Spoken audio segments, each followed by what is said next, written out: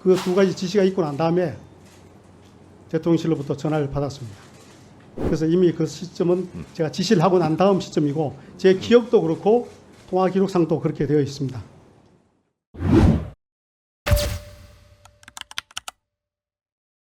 자, 다음은 이종섭 증인 발언대로 나오셔서 사건 개요에 대해서 말씀하시되 본인에 대한 소명이나 이런 부분은 가급적 자제해 주시기 바라고 이 사건에 대해서 알고 있는 대로 개요를 말씀해 주시기 바랍니다.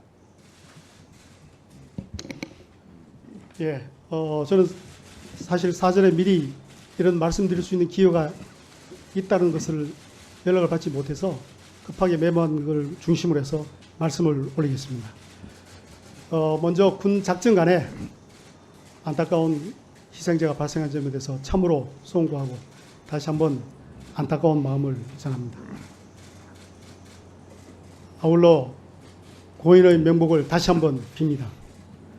그리고 1년이 다 돼간 이 시점에 아직도 이런 논란이 계속되고 있다는 점에 대해서 유가족분께 참으로 송구한 말씀을 다시 한번 올립니다. 철저한 수사를 통해서 책임을 조속히 규명하고 이제는 재발 방지 대책과 같은 그러한 미래를 향해서 우리 군이 좀 더 강해진 모습으로 나가는데 더 많은 노력을 했으면 좋겠다는 생각을 하면서 제가 메모한 것을 중심으로 해서 간략하게 보고드리겠습니다. 7월 30일 날 오후에 일요일인데 제가 해외 출장 준비 중에 바쁜 시간에 해병대 사령부로부터 언론 설명 자료를 보고하겠다 시간을 좀 달라 해서 짧은 시간 할애해서 보고를 받았습니다. 그 자리에서 제가 보고를 받고 두 가지 의문점을 제기했습니다. 첫 번째는 여단장은 입수 금지 그리고 꼭 필요한 경우 우리 장화 깊이까지만 들어가라 라고 지시를 정상적으로 했는데 왜 업무상 과실치사 혐의가 적용이 돼야 되느냐라는 질문을 했었고 그 다음에 현장 통제를 했던 여군 2명 포함해서 그 간부들은 단순히 그 수색조에 포함이 같이 되어서 함께 힘들게 고생했는데 왜 이들은 왜 업무상 과실치사 혐의가 적용돼야 되느냐라는 질문을 했었습니다. 그리고 유가족분들께 이미 다 설명이 되었다는 말을 듣고 제가 단호하게 다시 재검토를 시키지 못하고 알았다라고 하고 결정을 했습니다.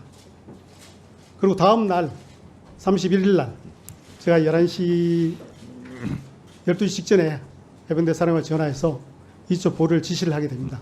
그 이유는 제가 전날 보고받았을 때 의문점을 가졌던 것을 좀 더 확인해 보고 싶었고 또 그 전날 보고받을 때는 언론 브리핑자로 보고라고 해서 대변인과 정책실장을 배석시키고 해당 참모였던 법무관리관실에 배석하지 못했습니다. 그래서 법무관리관실의 의견도 듣고 싶고 해서 일단 보류를 하라라고 지시를 했습니다.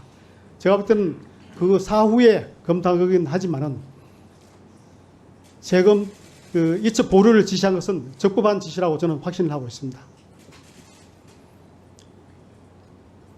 그 다음 8월 2일 상황에 대해서 말씀드리겠습니다. 8월 2일 날 이때 해병대 사령관으로부터 제가 전화를 받습니다. 당시 해병대 수사단장이 경북경찰서로 이첩 시도를 했다 하는 거였습니다. 그래서 제가 바로 검찰단장으로 전화를 해서 국방부 검찰단장에게 해당되는 조치가 뭐냐라고 토의를 하고 수사를 지시를 했습니다. 이어서 해병대 사령관에게 인사조치를 검토하라고 지시를 합니다. 그 두 가지 지시가 있고 난 다음에 대통령실로부터 전화를 받았습니다. 그래서 이미 그 시점은 제가 지시를 하고 난 다음 시점이고 제 기억도 그렇고 통화 기록상도 그렇게 되어 있습니다. 그 다음 제가 8월 8일 날 법무관리관으로부터 이 문제를 앞으로 어떻게 할 것인지 라는 것에 대해서 검토를 한 결과를 보고를 받습니다. 거기에는 재조사 같은 경우는 다시 조사를 해야 되기 때문에 시간이 많이 걸린다. 그리고 또 불필요한 오해를 받을 수 있다. 라는 그러한 이유 때문에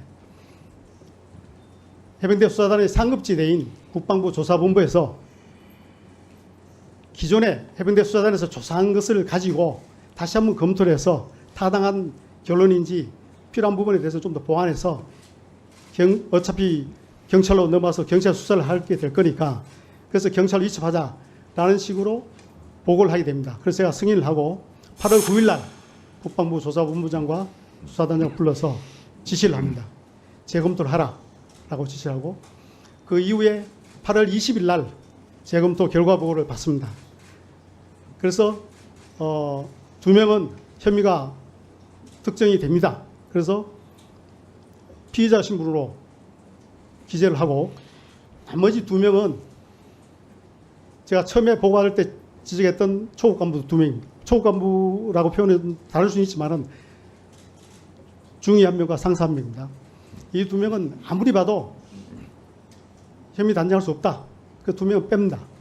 그럼 나머지 4명은 현재까지 해병대 수사단에서 조사한 그 조사 기록만 가지고는 업무상 과실치사 혐의가 있다라고 단정이 어렵다. 그러니까 수사권이 있는 민간 경찰에서 수사를 하도록 하는 게 좋겠다 해서 그렇게 표시를 하고 6명을 경북경찰청에 이첩을 하게 됩니다. 그래서 세간에는 사단장을 빼고 이첩했다는 얘기가 많은데 그렇지 않습니다. 해병 1사단장이 포함이 된 상태에서 포함을 시켜서 경북경찰청에 해병대 수사단에서 조사했던 조사 기록 모두 일체를 그대로 이첩을 하게 됩니다. 그래서 현재 경북경찰청에서 수사를 하고 있는 중입니다. 그래서 아까 박정훈 대령이 이야기했지만은 정말 사실대로 정확히 밝혀져서 이제는 우리 군이 좀 더 위협에 대비하는 그런 강한 조직으로 나갈 수 있도록 우리 국민 모두가 성원을 해 주셨으면 하는 그런 마음을 전하면서 마치겠습니다.